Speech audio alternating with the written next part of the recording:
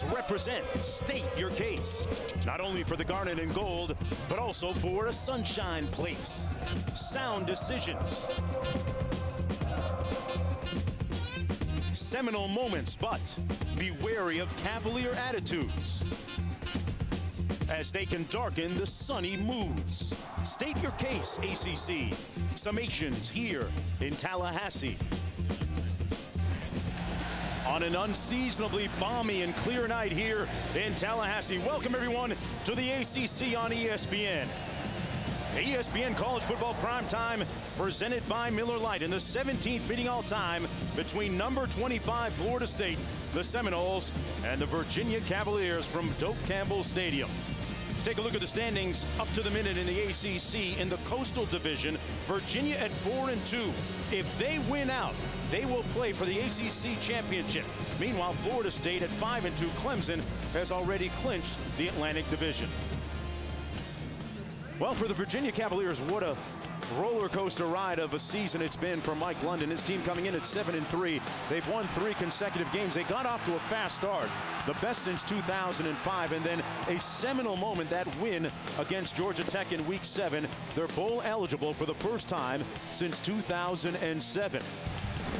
Meanwhile, for Florida State and Jimbo Fisher, they started off the year. Some people thought they'd play in the national title game, ranked number 5, but then a 3-game slide when they lost their starting quarterback, EJ Manuel. That precipitated the slide. Then a bounce back of sorts, entering the last 5 games in a row, coming into tonight's contest against the Cavaliers.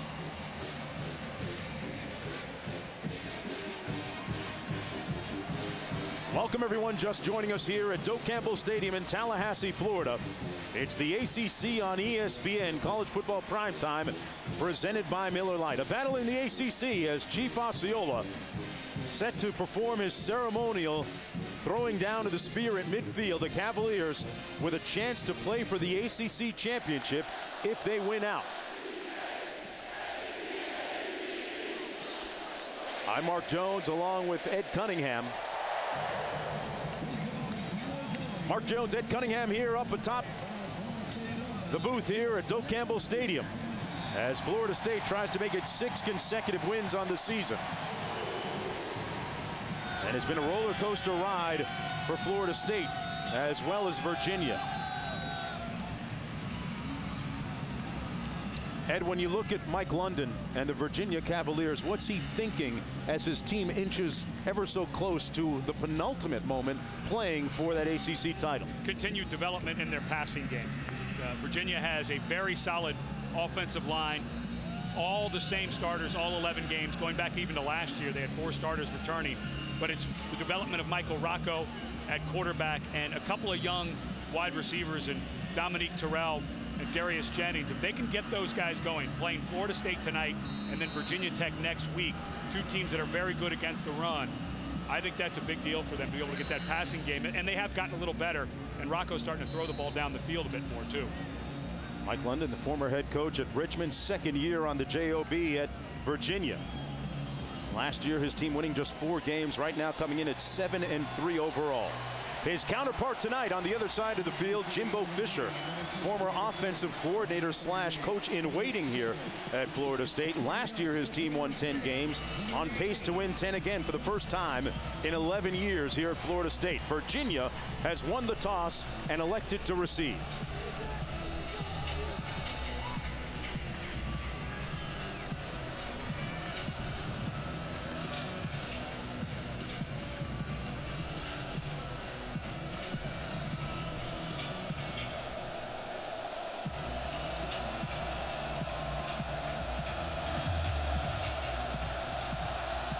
And we are underway. Jennings and Kalik Shepard back deep for the Cavaliers. This is Darius Jennings from the goal line and takes it out to about the 19-yard line. That's where quarterback Michael Rocca, the 6'3", 225-pound sophomore right there, will take the reins of the offense, completing a little over 59% of his passes on the year. That touchdown to interception ratio, though, a little bit suspect. In the last 3 games, though, 6 touchdowns, only 1 interception, averaging 41 yards per game in those 3 wins. So he is starting to come along. Remember, guy just a sophomore. He's still only 19 years old. 1st and 10. They hand it off. Perry Jones, we'll see a lot of him and Kevin Parks on the night. And let's take a look at tonight's impact players, brought to you by Chick-fil-A. Perry Jones, they call him Superman. He does everything. Of course, he was lights out against Miami with that 78-yard touchdown catch coming out of the backfield. And it's up to the offensive line. O'Day Abushi is going to have his hands full tonight. This is a very good left tackle, right tackle combination for Virginia. Jorn Werner, a guy who's playing himself into all ACC recognition. And they have a counterpart on the other side with Brandon Jenkins. So 2 tests tonight for those tackles. On 2nd and 7, Rocca completes it for the 1st down and then some. Out beyond the 30-yard line, pass complete to Chris Bird. As we take a look at the rest of the backs and the receivers for the Cavaliers, we'll see a lot of Kevin Parks as well as Perry Jones in the backfield. Chris Bird caught that last pass. Tim Smith on the other side. And this offense line has been doing a good job protecting the quarterback, right? Moses on that right side, Abushi on the left side. You'll watch them. They're able to get the edges a lot and run the outside sweep. Watch how Florida State tries to get their defensive ends to widen it and make them cut back. Here's Jones. Jones picks up 4. Let's take a look at this defensive unit for Florida State. The guys up front extremely talented. Mentioned Werner, maybe all ACC and all Germany, if nothing else. The German import. Williams, linebacker Christian Jones, and Bradham's been playing extremely well of late. Reed and Harris on the corners. LaMarcus Joyner had an interception last week from his free safety spot. And Terrence Parks playing well as well. And this is Parks in the ball game. No gain on the play. Gets back to the line of scrimmage. And something has to give when you look at the offensive line and that defensive front for Florida State. And Virginia very good at running the ball. And their offensive line leads the ACC with only 8 sacks allowed. And they are a run-first offense. Florida State defensively, though, second in the ACC, 32 sacks. Last year, they led the country. So here's an opportunity for this offensive line to prove their worth in this ballgame. 3rd and 6.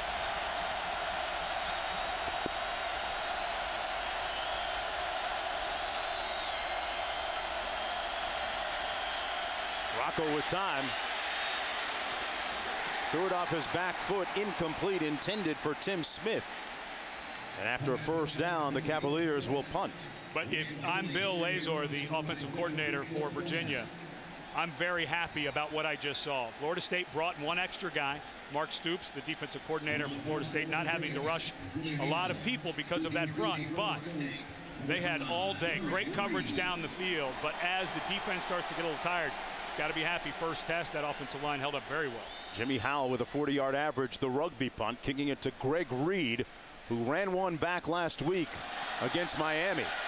And it takes a Cavalier bounce all the way down to the 16-yard line.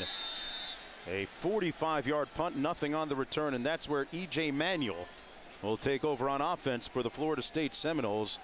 The tall and rangy 6'5" junior, completing 67% of his passes, and boy, as he goes edge, so goes Florida State pretty much. And we were talking to Jimbo Fisher yesterday. He was talking about how he gives the entire team, not just offense, but offense, defense, special teams, everybody else more confidence, because obviously very talented guy, but he carries himself so much like a leader, and he's just so calm all the time.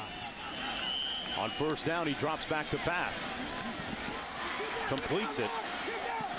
Number 88, Bo Relaford, makes the catch.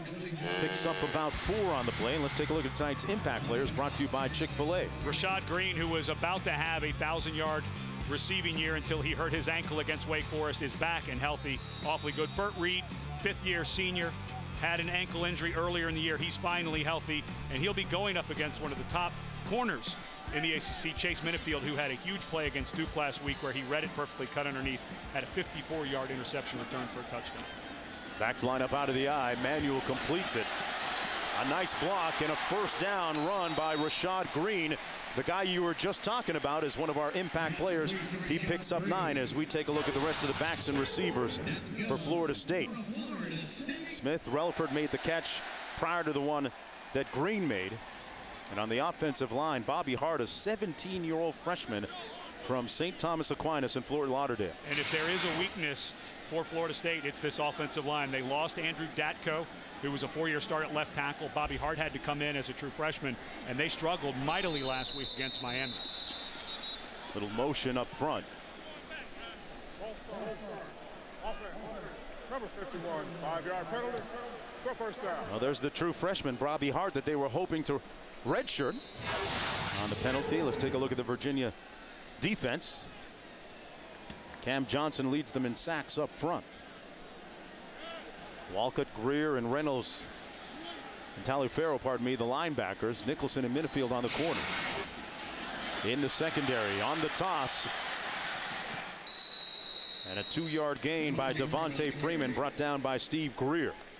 Devontae Freeman, a young man who has stepped up to become the starting running back here for Florida State. Of course, they lost Chris Thompson, who broke his back against Wake Forest. He's not paralyzed.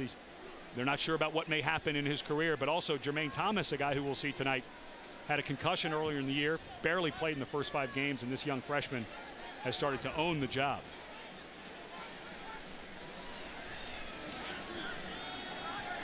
On 2nd down and 13.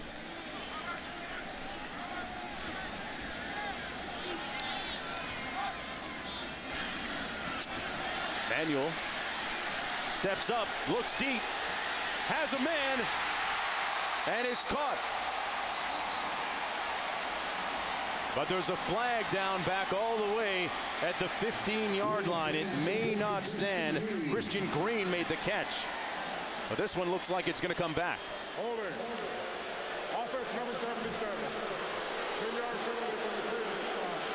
Repeat second down. Well, you mentioned how Cam Johnson leads this team in sacks. He gets a great rush. He's going to be working over the left tackle. Zebri Sanders, number 77. Watch the good. He dipped under, got the rip. Now, that's not a hold. That's not a hold. Johnson's going down. There was no grab a cloth. He didn't pull him down. That's a bad call. He's going to bring it back and make it 2nd down and 23.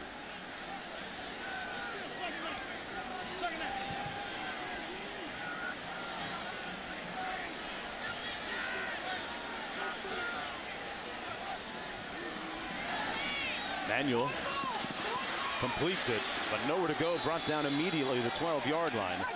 Number 89, Christian Green. Good tackle by Chase Minifield. Minifield, a guy who works very hard off the field. He studies the game like a pro. Of course, his father, Frank, was a professional defensive back, so obviously learned a lot from him. But here's a guy who's very smart, works long hours studying the offense, their formations, lineups, stances. Just has a good feel for the game. 3 interceptions on the season. They hand it off this time. This is Devontae Freeman. And he gets up close to the 20-yard line. The talented true freshman out of Miami Central High School picks up 7 on the play. And I think that's Jimbo Fisher saying enough with this drive. We hit a big one. We get a mythical holding call. Of course, last week's game against Miami was as odd a game. There were 8 reviews in the game. One took 3 minutes. A safety was called that got waved off late against EJ Manuel. So you can imagine that Jimbo Fisher's a little tired of those yellow hankies coming out. Throughout the course of the night, we'll be talking a little bit more about the much maligned officiating in the ACC. This one goes out of bounds. It's marked at the 33-yard line. 1st and 10 for the Cavaliers, just underway here at Doak Campbell Stadium in Tallahassee when we come back. Welcome back, everyone, to the ACC on ESPN. A look at yesterday's homecoming parade. Part of the festivities on a big weekend here in Tallahassee. Right now, Virginia with the ball, 1st and 10. Rocca passing complete. And a 1st down catch to Tim Smith, who picks up about 12. Hello, everybody. I'm Mark Jones alongside Ed Cunningham on homecoming weekend, and 16 seniors for Florida State playing their final game. But as far as Virginia goes, that win against Georgia Tech really got people's attention, didn't it? And, you know, I was talking to Mike London this week about this game. You know, they're starting to expand their recruiting process. They had a good class last year. He said games against recognized top 25 opponents on national TV primetime, it's a big deal for us. Running play, that's a 2-yard gain. Perry Jones on the carry. Cavaliers coming to this game having won 3 straight. If they win out, they'll play for the ACC championship against Clemson. But a Virginia loss, and the Virginia Tech Hokies will play for the title. Parks in the backfield now on 2nd down and 8. Rocca underneath. And it's caught. Darius Jennings picks up 5. That's up a 3rd down and short. What do you like coming up for a 3rd and short for Virginia? Well, let's see if they review this. That looked like he may have not had control of it as he was going down. But if it does, if they don't review it, they love the screen, they being Virginia.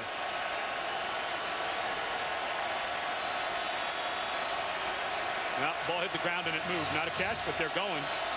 So they got it going fast enough. On 3rd and 3, Rocca. Flag down. Rocca down back at the 41-yard line. Brandon Jenkins, 2nd on the team in sacks, registers another one.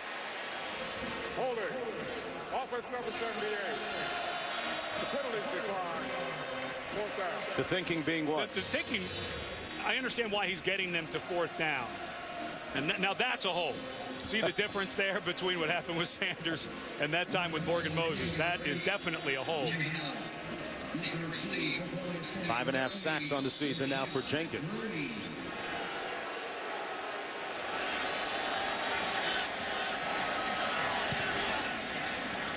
Howell punts it, and Reed watches it bounce. Now to clear that up, I was saying to decline it to get to 4th. Of course, the result of the sack, I made a mistake. Result of the sack gets you to 4th down, but that was still the wrong spot of the ball after the play. Yeah, he was sacked back at the 41. 37-yard punt. Manuel to take the reins when we come back. Looking from some of the festivities last night at the Leon County Civic Center. Had a great pep rally. Part of homecoming and senior night. 1st and 15, Manuel. He can run it pretty well when he decides to. Good straight arm and gets out of bounds at about the 20, a gain of 8 on the play. It was Minifield that pushed him out of bounds. That's 2nd down, about 8 to go. So one thing, talking to Coach Fisher about EJ Manuel, he said not only is he straight ahead fast, when we do our agility test, they do a test called the shuttle, which is run to your right 5, back 10 to your left, and then back through the middle. He has one of the fastest times on the team. So a tall guy you don't expect to be that quick, but he is. This is Freeman, gets to the edge and then some, gets the 1st down out to the 32-yard line. This is a true freshman out of Miami Central High School on an 11-yard gain. He didn't have a scholarship offer until he was going into his senior year. Some people missed on him, Ed. Well, he backed up Brandon Gaynor, who's now at Kentucky, and then he had a thigh bruise his junior year, so he just didn't play much. And Jimbo Fisher was actually there to look at Gaynor and saw Freeman during spring practice. He said, well, wait a minute, what about that guy? And when they offered him the scholarship, a lot of people around the country said, isn't that the wrong guy? On the reverse, he hands it off to Green. Green gets a block, and he's sprung loose. A big play down to the 17-yard line where Nicholson finally runs him out of bounds.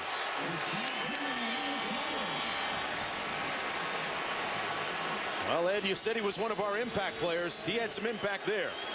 A 57-yard scamper.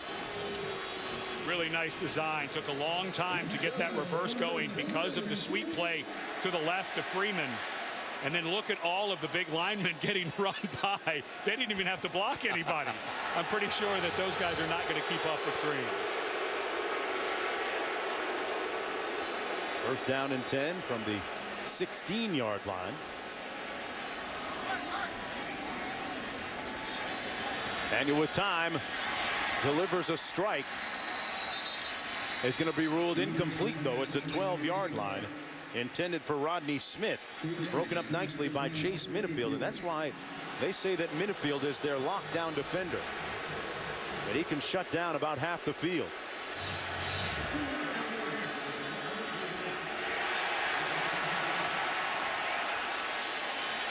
That looks like a catch. That's a catch all day long.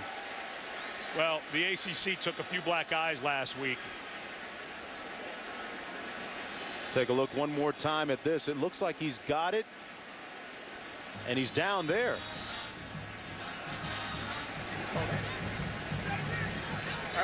After further review, pass complete. Fine. Second down. Well, his microphone cut out. So let me clarify. He said it was complete, not incomplete. Bad luck. They're already even the sound. And no one can hear what he says to get the right call. So it's going to be second down after the completion. They reversed the call on the field and said it's complete, and they spotted correctly at the 12-yard line. 2nd and 6.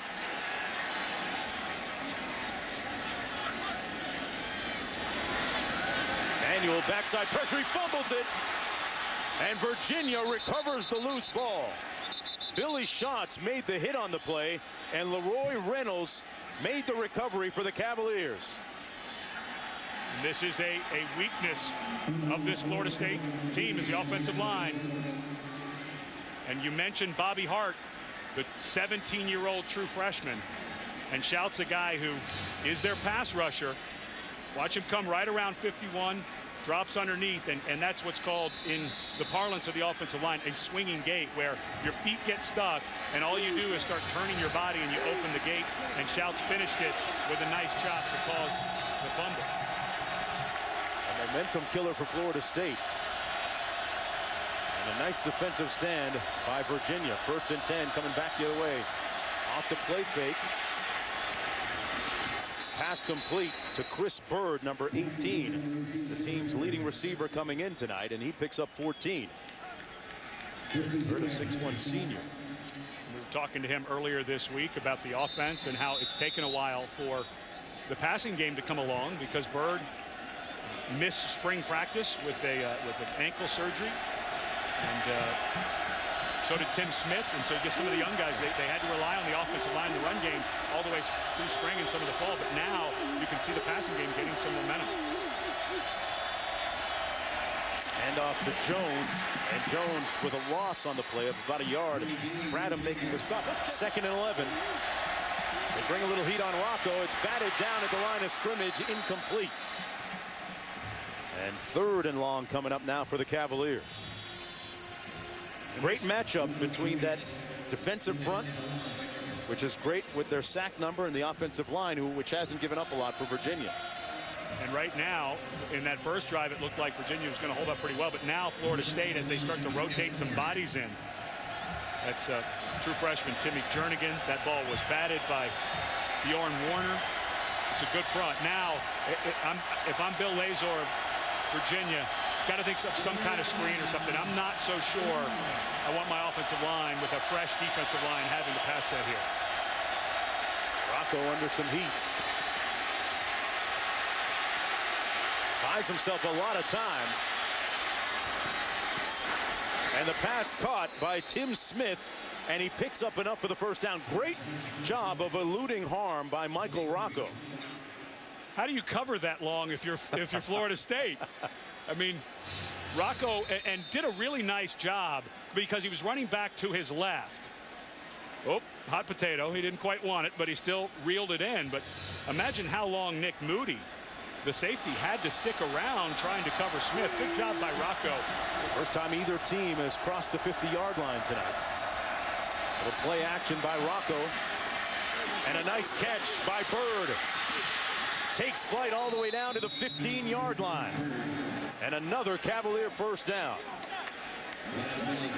Michael Rocco throwing it with some authority. They pick up 30. Boy, you wouldn't, if you saw Virginia earlier in the year, you'd wonder who's this passing team that all of a sudden has shown up. Rocco starting to get that pocket held up, and then the screen, the great catch by Jones. Look at that. Slow down, bounce to the outside. Wow. Well, there's a reason this young man carries the nickname Superman. Yeah. From the 15.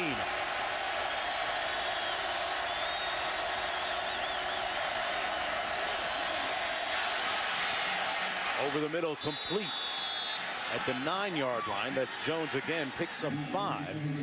You know, it's a luxury when the coaches can say that arguably their best player is their hardest worker in practice too, Ed. That's him, Jones. I see that all through my years in football. I've been around this game since 1984 when I started playing it in high school. But the best teams I was ever on had that about them, where the guys who were the best players were the hardest workers. And he brings that energy every day in practice. You have to try to keep up with him.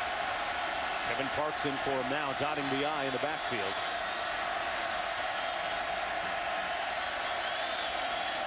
Parks on the toss.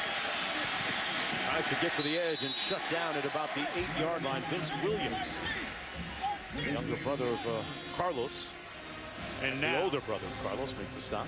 And now I would be thinking some type of play action pass. It's a short enough down and distance that Florida State has to honor the run. Third and call it 3.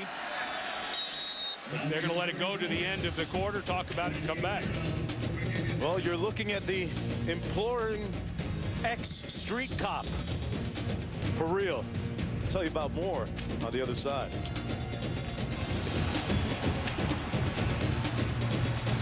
Welcome back, everyone, to Doak Campbell Stadium. College football primetime presented by Miller Lite. The ACC on ESPN. Third down coming up for the Cavaliers. 3 to go.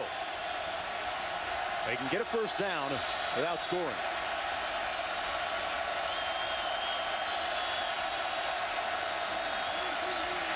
Rocca up high.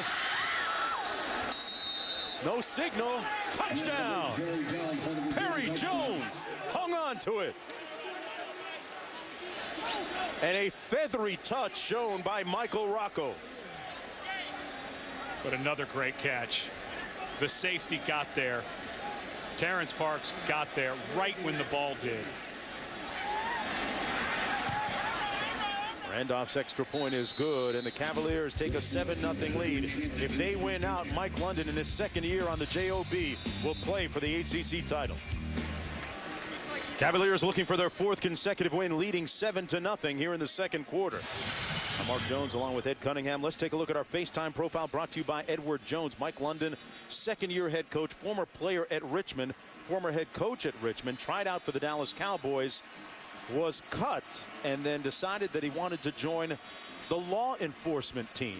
A member of the Richmond, Virginia police force as a street detective. That is the uniformed version of Mike London. The street clothed version was a lot different. Ed told us he had the afro, the earring, and told us a very riveting story about breaking up a robbery one day and staring down the barrel of a gun of a perpetrator, and the gun not firing off, and that's when he decided that he wanted a change of career to change lives in another way.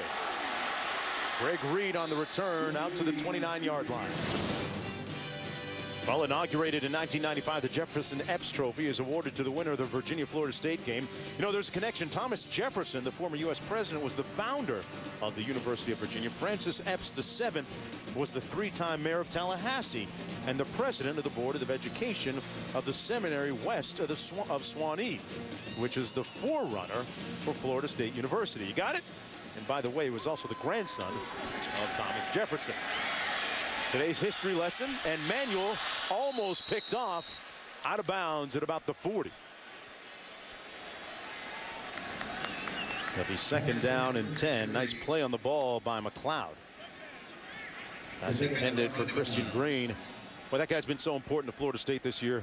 EJ Manuel missed the Clemson game after being hurt in the 3rd game of the season against Oklahoma, and then came back after a week off against Wake Forest, got into the game in the latter part of the second quarter and threw for almost 300 yards in that near miss, a loss at Wake. He completes this one to Burt Reed to pick up 6. And he still wears a brace on that left shoulder. He suffered a separated shoulder, left shoulder, and you can see that black sleeve hanging down. And you can see the black coming down right underneath his collar too. You wear a brace that holds that shoulder in place, because when you fall on your elbow or you get it pulled back, that thing restricts the movement of that left arm. And thankfully, the injury was suffered to his non-throwing shoulder. Otherwise, he'd have been out for several weeks. And lucky to have gotten back, because it's a pretty bad injury. And under duress again, Manuel throws a dart complete. And Reed spinning around and gets the first down with a 17-yard gain. And Reed trying to pump up the volume here at Doak Campbell. Excellent pressure to start by Nick Jenkins. Goes right by the left guard Farron Krug, but good job by EJ Manuel buying some time. And here's Reed just running right in the middle of the field. Because it takes so much time, you're going to lose a guy in the coverage. Here's the handoff to Jermaine Thomas. The senior picks up about 3 on the play. The thing that I noticed about Manuel, in stark contrast to the defender trying to chase him, Manuel had as you say about cars, he had a tighter turning radius. Maneuvers pretty well, and he showed you why that he was Jimbo Fisher's first signature recruit and signee at Florida State. And he was the offensive coordinator. Of course, he had to come in during the Chick-fil-A Bowl last year when Christian Ponder was injured. Had to play a lot for Ponder last year, who had a very bizarre elbow injury that he had to have surgery on in December. Manuel got a lot of time. Up win 2 bowl games in a row. Hands it off to Thomas here and a burst up the middle. First down, Seminoles at the 32. A 27-yard gain.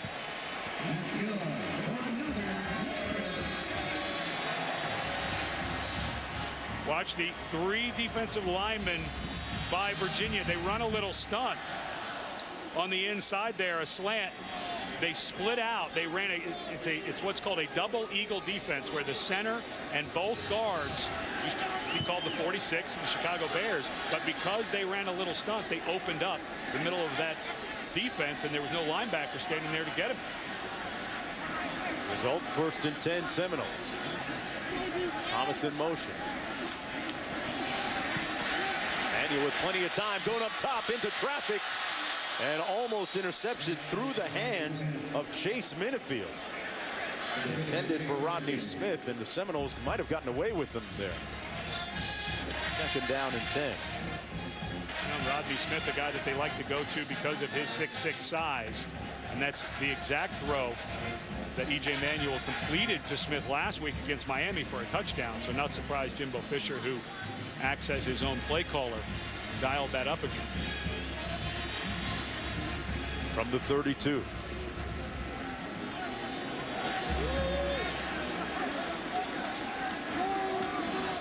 There's Thomas with a burst. Boy, Jermaine Thomas, running with purpose and determination, picks up 11 and another Florida State first down. A nice job by the center, Brian Stork. Watch him working to his left. Overtakes the block so the left guard can get up on the linebacker. He's working, ends up working one-on-one against Nick Jenkins, but that's just good technique by the left guard and the center, a combination zone block from the defensive tackle up to the linebacker. Another handoff to Thomas, this time brought down at about the 21-yard line by Snyder. No gain on the play, and interesting dynamics when you look at the machinations coming from the Seminole sidelines, the clandestine, secretive way they're trying to get the plays in. Ed, can we get a little more sophisticated than a couple of towels? Hey, man. Look, I grew up, my father was a duct tape engineer, okay. So I appreciate the ingenuity of trying to hide signals with towels. 2nd down and 10.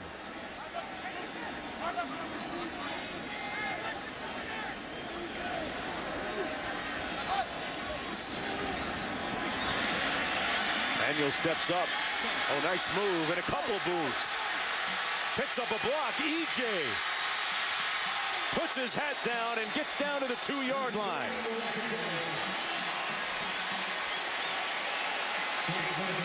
He got a good block from his tailback, Jermaine Thomas, to pick up 20, and it's 1st and goal. And watch the move he puts on Jake Snyder right here. Did you see his eyes? They kind of were scanning the field. Snyder was coming in to make what was going to look like a yard or 2 gain, and EJ Manuel put a shake on him and bounced at the outside and nearly scored. Freeman in the ball game at tailback. Manuel keeps it himself. He's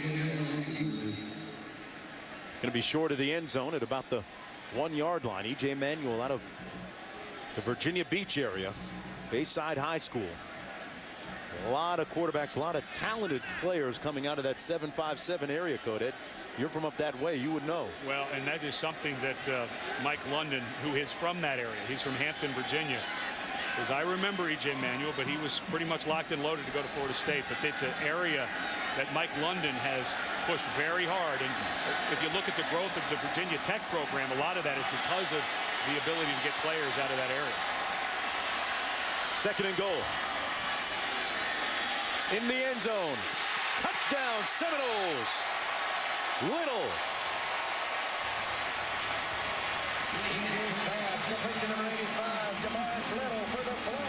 Jabaris Little. And the Seminoles an extra point away from tying the game.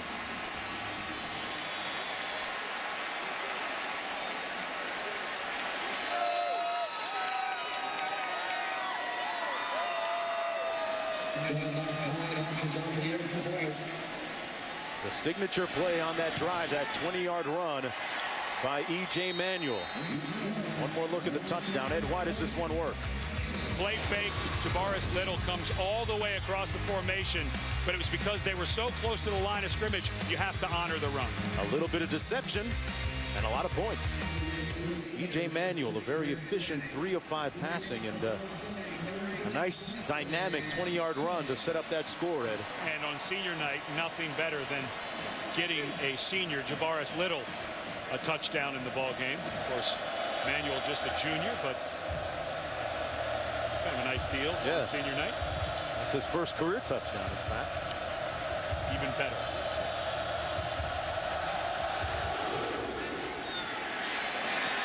And this one, if they win out, they can play for the ACC championship. Jones back in the ball game, tossed to the boundary. Slams on the brakes and still nowhere to go. A loss of about 3 on the play. Carradine making the stop, and you know they run the ball there, Ed, but they've shown a proclivity for a lot of passing tonight. And they've always been good all year at the screens. But when we talked this week, Bill Lazor, the offensive coordinator, he said that Michael Rocca has been developing, starting to throw the ball down the field a little more, and they still continue to find new ways to get Perry Jones into the mix. But when you see how he starts moving the ball around the field, not a lot of long throws, but they're working underneath and starting to soften up this defense. But once those young receivers come along, they'll let it rip. 11 out of 17, make that 12 out of 18, and a first down. Friedman into Florida State territory across the 50 at the 48-yard line. You know, Michael Rocca started feeling a lot more confident and settled about his role on the team, Ed, when he stopped rotating as much as he was previously and earlier in the season with David Watford as backup. They started to see the confidence growing in Rocca. They started to feel more confident in him throwing it down the field. You know, it was interesting talking to Chris Berg. We asked the difference that he noticed. He said he's not just throwing right to the running back checkdowns as much as he was earlier in the year. He's continuing in his progressions, looking down the field. Off the play fake. Brought down. Carradine again with the pressure. And they're going to rule that an incomplete pass, it looks like. That's grounding. Oh, now they throw the flag, yeah. I'm surprised it took that long. Clearly, the ball did not cross. It looked like Rocca. Intentional grounding. Offense. Spotted the foul. Lost it down. Took it down. Not only is he still in the pocket, but as he throws this ball away, it's still, even if he was out of the pocket, the ball has to go beyond the line of scrimmage. Now, if they would have missed this call, I think Jimbo Fisher's head would have exploded, which would have been a story. Then we'd have a lead. 2nd and 22. Kevin Parks in the backfield. A little bit of an opportunity for Florida State to snatch back a little momentum on the blitz, and another sack at the 30. Brandon Jenkins with his 2nd sack of the night. He's now got 6.5 on the season. Jenkins, who had a monster year last year with 13.5 sacks, changed positions just a little bit, and of course offenses have started to figure him out. But notice Jenkins stand up and watch. He doesn't come right away. He bounces the tight end, and the left tackle Ibushi just makes a huge mistake, goes down inside to help because he doesn't think Jenkins is going to come. That's a mental bust by the left tackle and a fairly easy sack for Jenkins. 3rd and 31. They hand it off to Parks as they concede on this drive with 2:25 to go in the first half.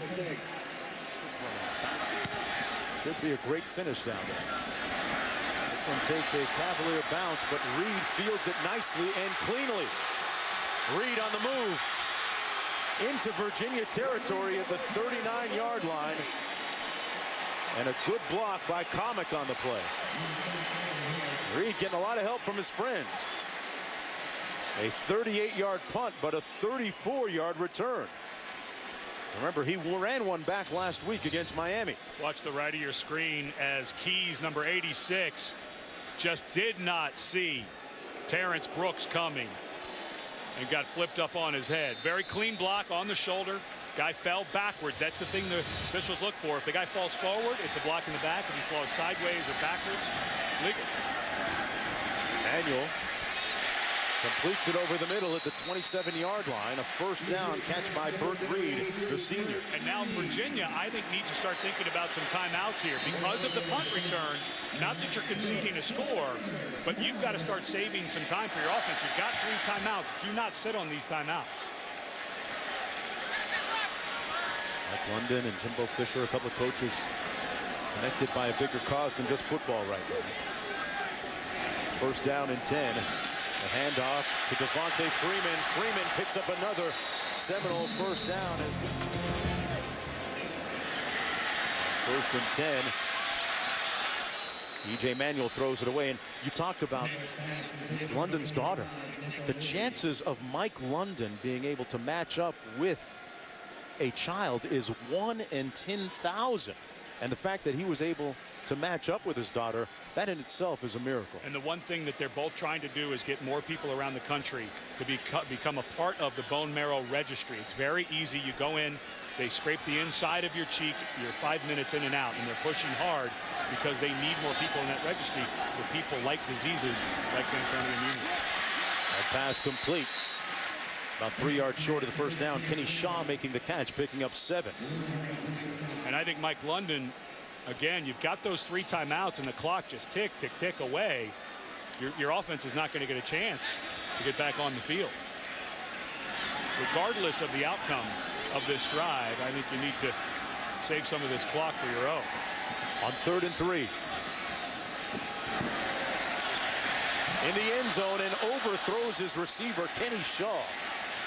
With under a minute to go, 4th down. I think you can. Is it field goal time? Yeah, but I think you can chalk that up to a misfire. When Manuel set his feet, Shaw was open, and I think that ball just came out of his hand wrong because it floated on him. Well, Dustin Hopkins had 3 field goals last week against Miami. Dax Dallenbach, the snapper.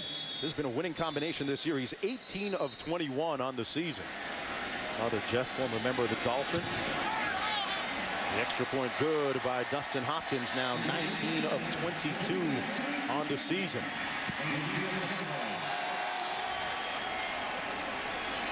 Can't slap the cuffs on him yet, Dono. Things in Florida State's favor when leading at halftime. Coming up next, it's the Outback Steakhouse halftime report as we go back to the studio. That's coming up next. Welcome back, everyone, to the ACC on ESPN under the lights here at Doak Campbell Stadium in Tallahassee, Florida. The 17th meeting all time between these two teams. Florida State leading by a field goal. They are 8-0 all time against Virginia here in Tallahassee. Mark Jones alongside Ed Cunningham. Thanks for coming aboard. Ed, in the first half, Virginia ended up throwing the ball a lot. Did Florida State at some point decide to adjust to that? And is that why we are where we are right now?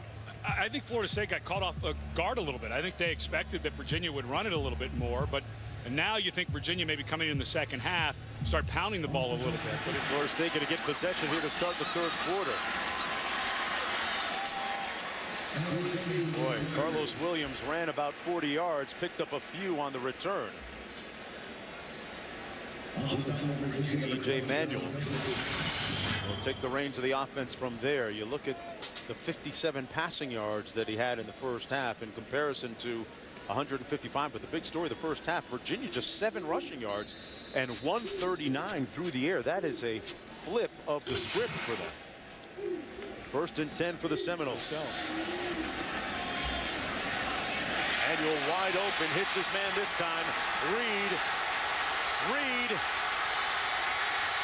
brought down just shy of the end zone at the 1-yard line. A touchdown saving stop by Minifield.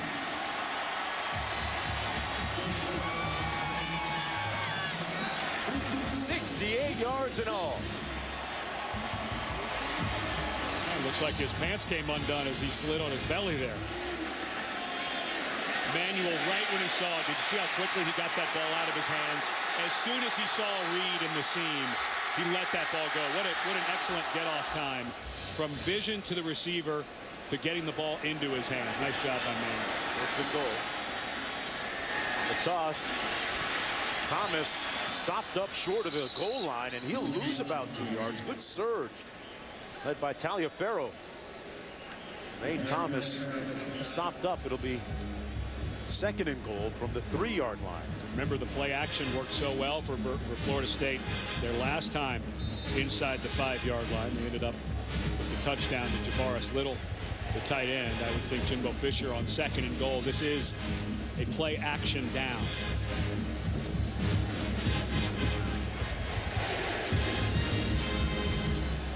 Rodney Smith, their tall wide receiver, number 84. Play fake. Manuel escapes harm's way. Incomplete. Intended for Relaford, who couldn't squeeze it after he went down low. And it'll be 3rd and goal. Because of the pressure, good spin out by Manuel.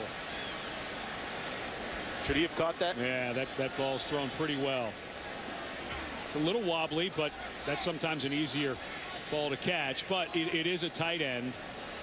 Maybe not as good a hands as a receiver, but yeah, that ball was thrown well. What great improvisation by Manuel, though, to spin out of that, because he was dead. He was going to get sacked by Cam Johnson from behind. 3rd and goal. Smith, the 6'6" receiver, split to the top of your screen. Manuel looking into the end zone, runs it and out of bounds at the 4-yard line. So 4th down coming up. Good coverage by Virginia, and that would appear to be a win for the Cavaliers. Well, and it looks like there was an injury to number 23, Dom Joseph, one of the defensive backs for Virginia, walking off Gimpy behind the bench of Virginia. But that was excellent coverage by Chase Minifield. Comes up and makes a touchdown saving tackle, but Dom Joseph came up like he maybe had pulled a muscle there at the end of the play. There's Dustin Hopkins, who made one earlier tonight, now 19 of 22 on the season, connected earlier from 26. This one from 21, and he knocks it through. Boy, yeah, you alluded to it. You talked about Chase Minifield chased down Reed and brought him down at the 1-yard line, and that makes it a field goal instead of a touchdown for Florida State. But Jimbo Fisher, a cauldron, a mix of emotions right now in the sidelines, and he's about to boil. Look at some of the athletic feats of the circus performers here on campus at Florida State. It's one of 2 collegiate circuses in the entire country. It was founded back in 1947, and I'm sure that you're asking, well, what's the other collegiate circus? I have not a clue. The one in Triton, the other college. Oh, Triton, you mean up in there in River Grove, Illinois? Yeah, Illinois. Exactly what it is.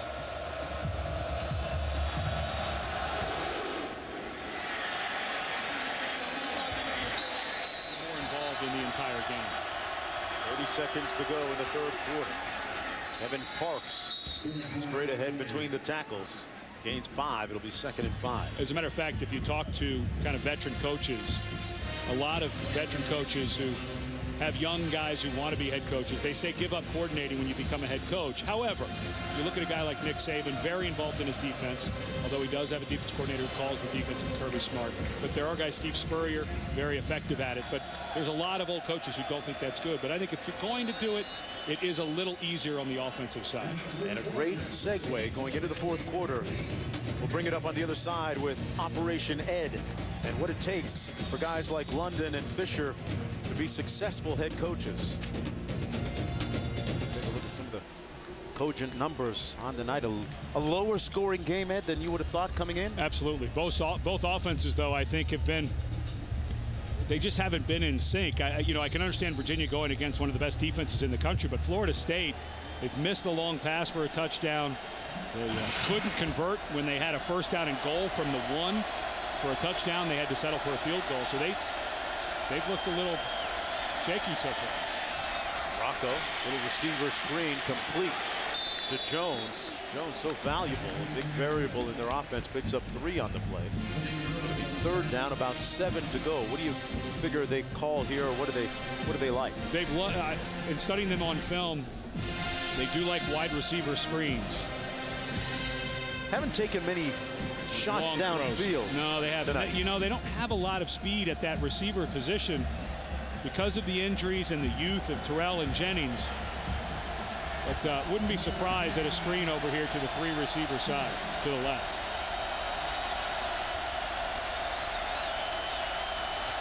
Jones in motion. And a flag thrown. Number 78, Morgan Moses. False start. Offense number 78. 5-yard penalty. No third down. Boy, how does that happen? You played the position. Yeah, well, you're going on a silent count. That's the center, when he pops his head up, the offensive line, because of the noise, the offensive line knows whatever, is it set, go? Is it set, go, go? You have your own clock in your head, and obviously that time Morgan Moses had a different clock than Mahota, the center. They move it back on 3rd and 12 now. Rocca with all kinds of time is going to take off. Brought down to about the 24-yard line. He's picking up enough, just enough, for the first down. A 13-yard gain. Well, this has got to drive Mark Stoops crazy. They had this covered. They had nobody open. At the last minute, Darius Jennings came open in the middle of the field, but because of the deep routes, the secondary had run off so far that when Rocco took off, they had too much ground to make up.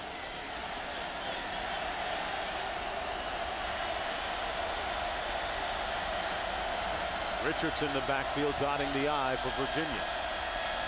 And he gets the call. Richardson on the nice crease and gashes that defense, keeps the pile moving all the way up to the 40-yard line. A nice run by the true freshman. You'll add it all up and it's 17 yards, about half of that with 5 guys hanging on his back and moving the pile. Well, they're finally starting to get a little bit of their run game going. Florida State, because of some of their miscues on their offense, has let Virginia hang in this game, and now Bill Lazor, the defense starts to get beaten up a little bit. That 17-yard gain, the longest of the night so far, and now start to pound on Florida State here in the fourth quarter. Maybe you start getting the run game and the play action involved. Kevin Parks, the tailback now. He takes the toss. He's brought down right at the 40-yard line. Michael Rocco, with the aid of Bill Lazor, the offensive coordinator, calling a nice game tonight. And Rocco actually originally committed to Louisville and Coach Cragthorpe when he was there, and then found out that Lazor was going to join the staff as the offensive coordinator, got out of his commitment with Louisville and switched to Virginia.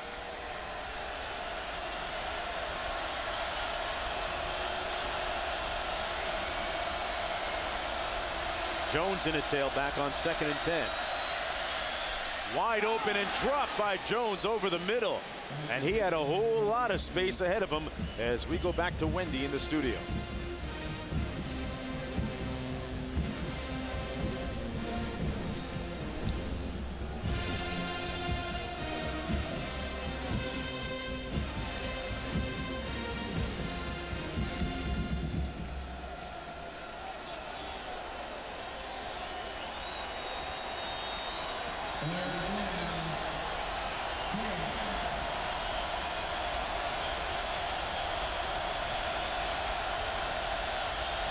3rd and 10 for Virginia.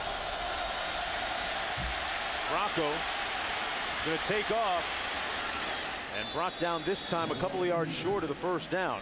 Picked up 8, needed 10. Are they in the part of the field where they can risk it? Absolutely, and I think that's what Mike London, well, they're going to send the punting team out. Down by 6 with 8 minutes to go. Right on the line. My instinct says you should punt this away, but you start to wonder, are you playing with fire? Florida State, if EJ Manuel gets into any type of groove, and I'm not trying to take away, Virginia's played well defensively, but let's be honest, Florida State has not been their own, they've been their own worst enemy a few times. Ugly style punt, a line drive to the 25. Reed all the way up to the 42, and a late flag thrown. Blocking the back. My goodness. Receiving team number 9. 10-yard penalty. First down. This is as sloppy as I've seen Florida State play in a really long time. Well, last week they had an excuse. It was their in-state rival, Miami. Back with more with 7:32 to go. Welcome back, everyone, to Tallahassee, the state capital. Take a look at the BCS standings brought to you this week by Vizio. You know, if you think about these two guys right down here, with Clemson getting blown out today, that really hurts the ACC chances of those teams are sitting in a place where if Oregon goes down, Oklahoma State's already gone down, and then Oklahoma State beats Oklahoma, ACC could have had a participant. And I'm not counting Virginia Tech. Yeah, Thomas making the catch. Go ahead. I'm not counting Virginia Tech out of the mix. Of course, if Virginia wins tonight, then the game next week against the Hokies decides the Coastal Division to go play Clemson. But with Clemson losing, you feel like, oh, you're sitting there with one loss. Everyone above you is starting to lose. Just a tough loss on the road today against NC State. But now for Virginia Tech, say they win out. Now they're playing a Clemson team that's going to fall in the BCS, so they won't get as much of a benefit from that win. Kind of like that team in the 6-hole, Arkansas. We saw them last week. This is Thomas stopped up at the line of scrimmage. Not once, but twice, and Arkansas an impressive winner today against Mississippi State. Arkansas, of course, has that game against LSU on Friday, and they've got to hope that Alabama loses to Auburn the next day. Well, Arkansas has the best offense in the SEC. They have the best kicking game in the SEC, and their defense has actually started to play a little better. They got their 2 defensive ends, Tenarius Wright and Jake Beckett, back. I think a lot of people are just putting a win in the W in the win column for LSU, and I agree with you. It's going to be a good one.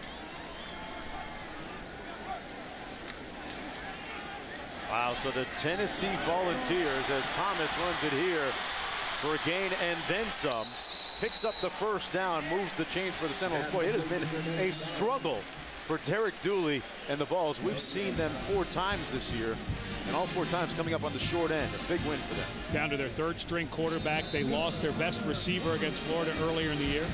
If they win against Kentucky, they become bowl eligible.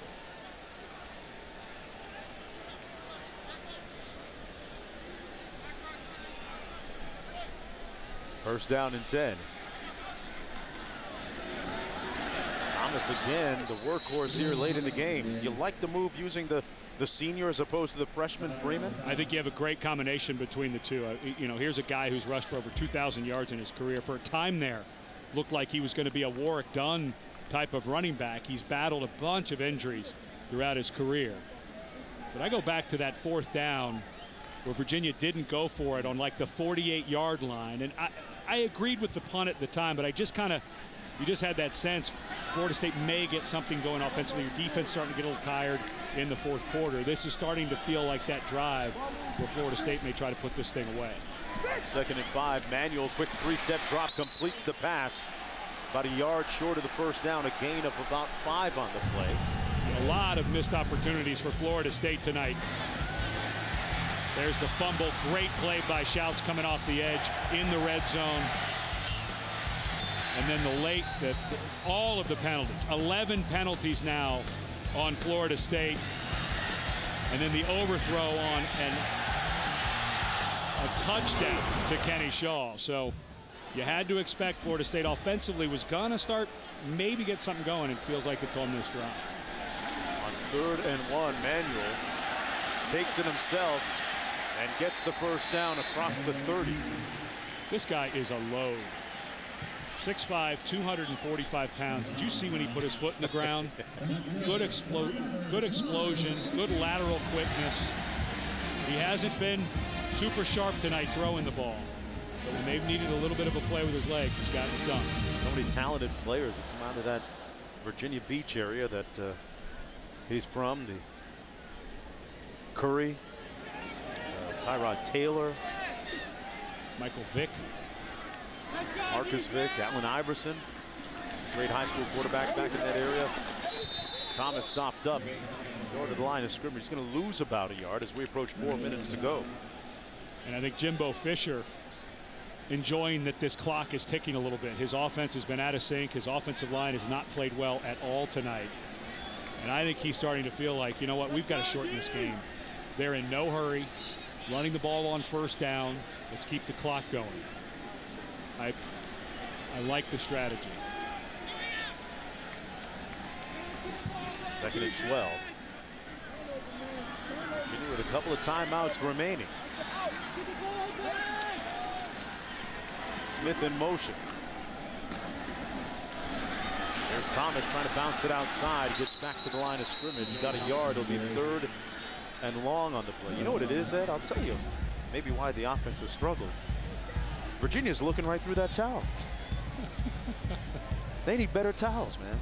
Those aren't see-through.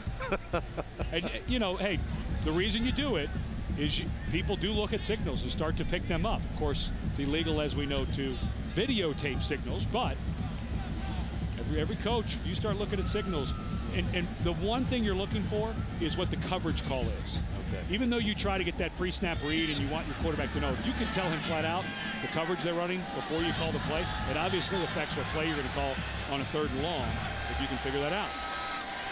And here's 3rd and long. Manuel blitz and brought down back at the 44-yard line. So Virginia's defense gets a stop when they need it most with 2.5 minutes to go in the 4th. And here is the biggest part of this sack. This takes Florida State out of field goal range.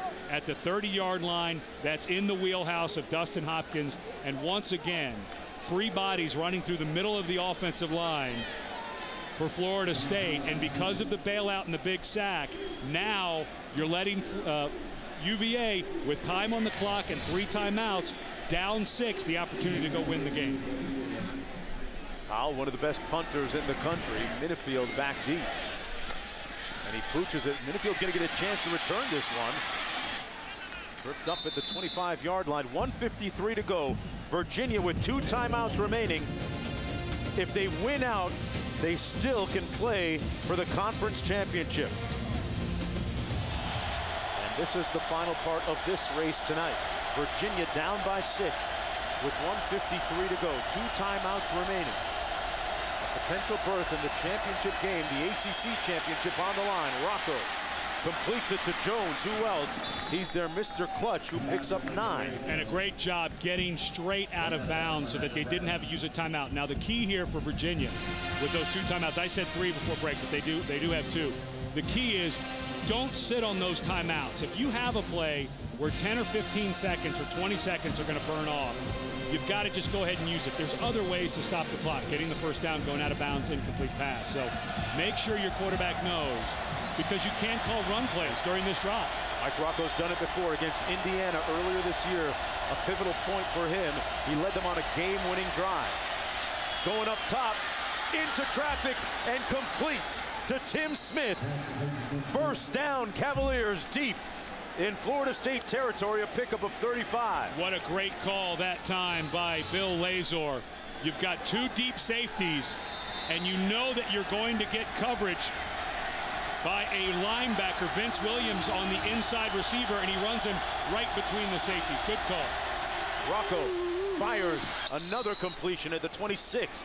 This one to Chris Bird with 1:27 to go. And now if you're Florida State, you've got to start thinking about using your timeouts, because now the clock's working against you. You don't want to quite do it yet.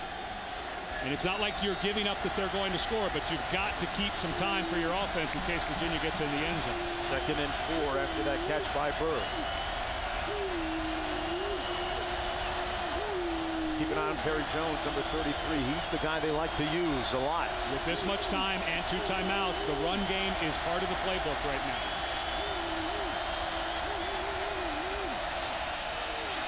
Play fake. Jones wide open. Caught at the 10-yard line, but there's a flag on the far side of the field. Will the 16-yard gain hold up? Hold up. Let's see.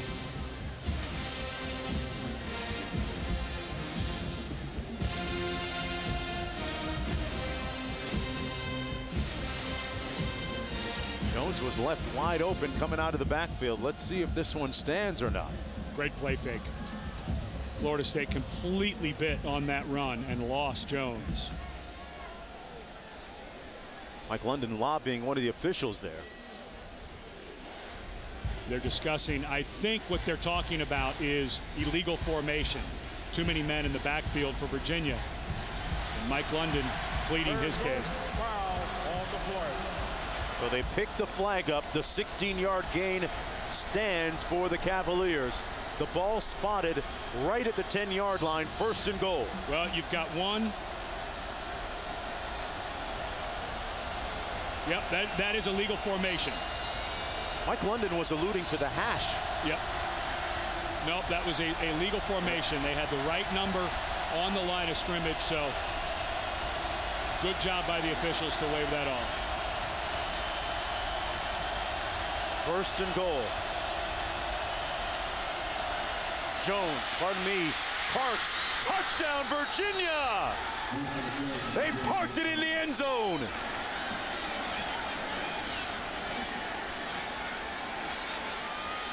And a point away from staying alive for playing for the conference championship. Well, think this extra point means anything? Huge. Kevin Parks with his 8th rushing touchdown of the season. None bigger than that. Maybe on the year for the Cavaliers.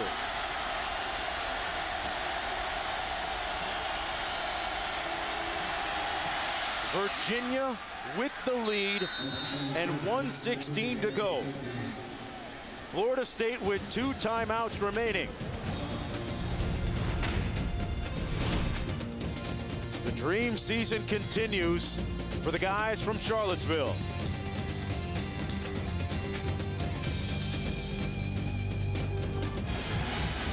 Florida State Seminoles had chances. They let Virginia hang around, and the Cavaliers making them pay a moment ago. But 1:16 to go in the ball game. Florida State with a couple of timeouts remaining and a very strong leg place kicker in Dustin Hopkins, who has a long of 55 yards in his career. And he is a guy that once you cross midfield, Jimbo Fisher feels comfortable. He's got 60 plus in the tank, he thinks, so don't have to go far. A line drive kick. Joyner on the return. LaMarcus Joyner still on his feet. Across the 40. Let's check. Right back here, good starting field position. The pass by Manuel complete to number 80, Rashad Green.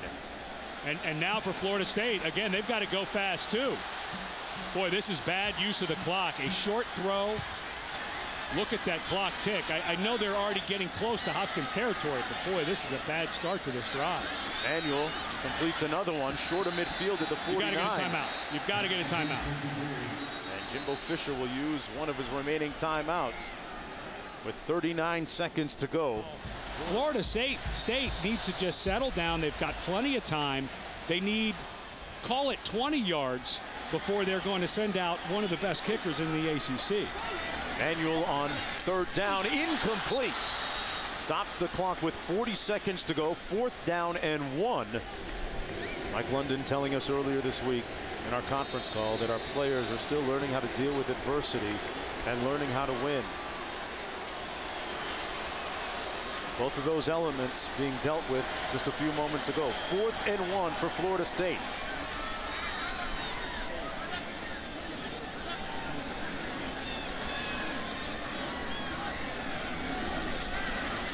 Little heat on Manuel, steps up. And he's sacked. But there's a flag down. They might have gotten some face mask on the quarterback, Manuel. Cam Johnson was there in on the tackle, but did he grab some face mask in the process? Boy, it sure looked like he did. Personal foul.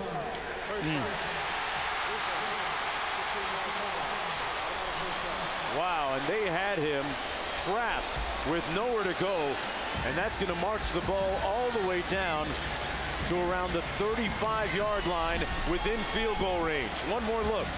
Now, remember, there is no let it roll. Wow. Well, now hold on. Ooh. That First looked down like 10. incidental to me. I don't think that that's a 15-yard penalty. Thomas straight ahead down to the 30, and they're well within the field goal range of Dustin Hopkins. With 20 seconds to go, Jimbo Fisher calls timeout. A pivotal call on the face mask a moment ago right here. Boy, you know, I'm on the fence with that call. It was the head turn there, and you saw Johnson jump up and throw his hands. When we watch it in slow motion, I thought, you know what, let this one go.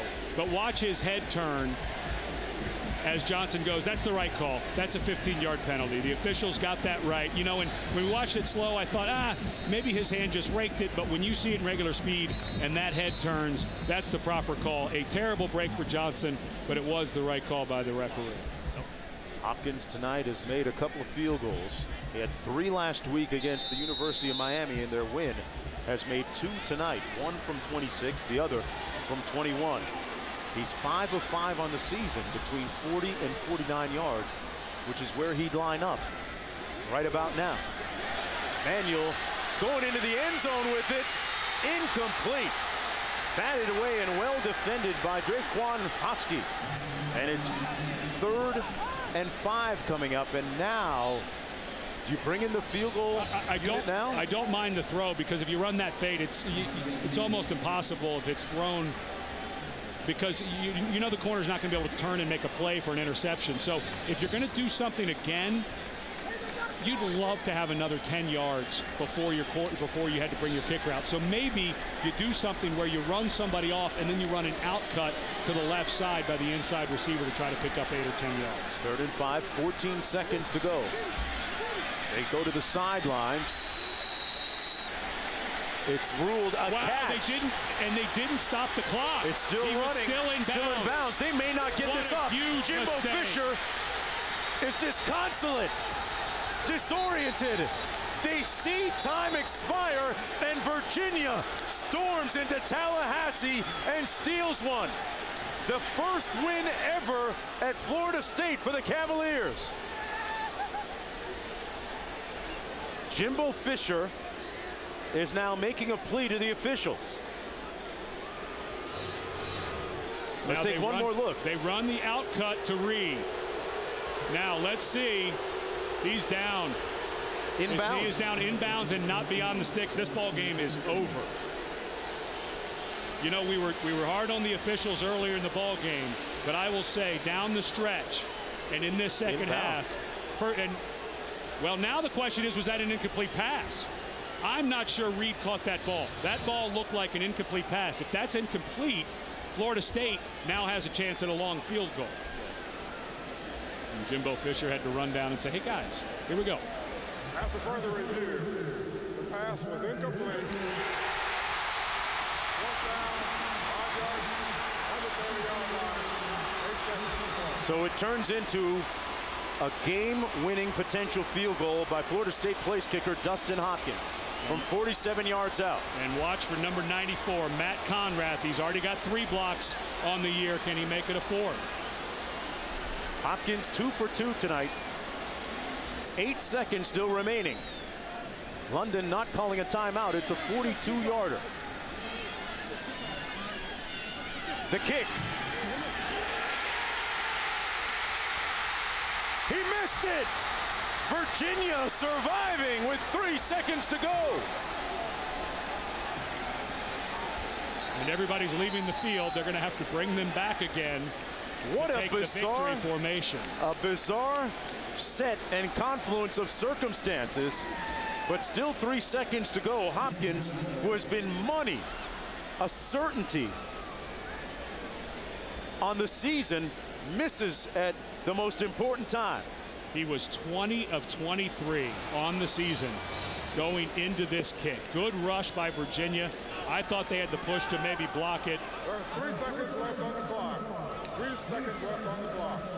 But that ball just continued to work left after he kicked it. Are you surprised London didn't call a timeout to ice him a little bit more? I think maybe he felt like he was iced enough with what we had to go through to get to that final play. So the Cavaliers in the victory formation, and it turns into just that, a victory for the Cavaliers, 14-13. Coach Mike London says, let's get on the bus, let's get out of here. Their first win ever in Tallahassee, now 1-8 all time by virtue of that missed field goal by that guy Dustin Hopkins. And for Virginia, what it all means is that next week at home they play against the Hokies for a chance to play in the ACC championship game. For those two men, the bond is not just football, it goes beyond. We talked about that and their respective families. But the Cavaliers can stare into the camera and say, we got this one. Virginia winning 14-13.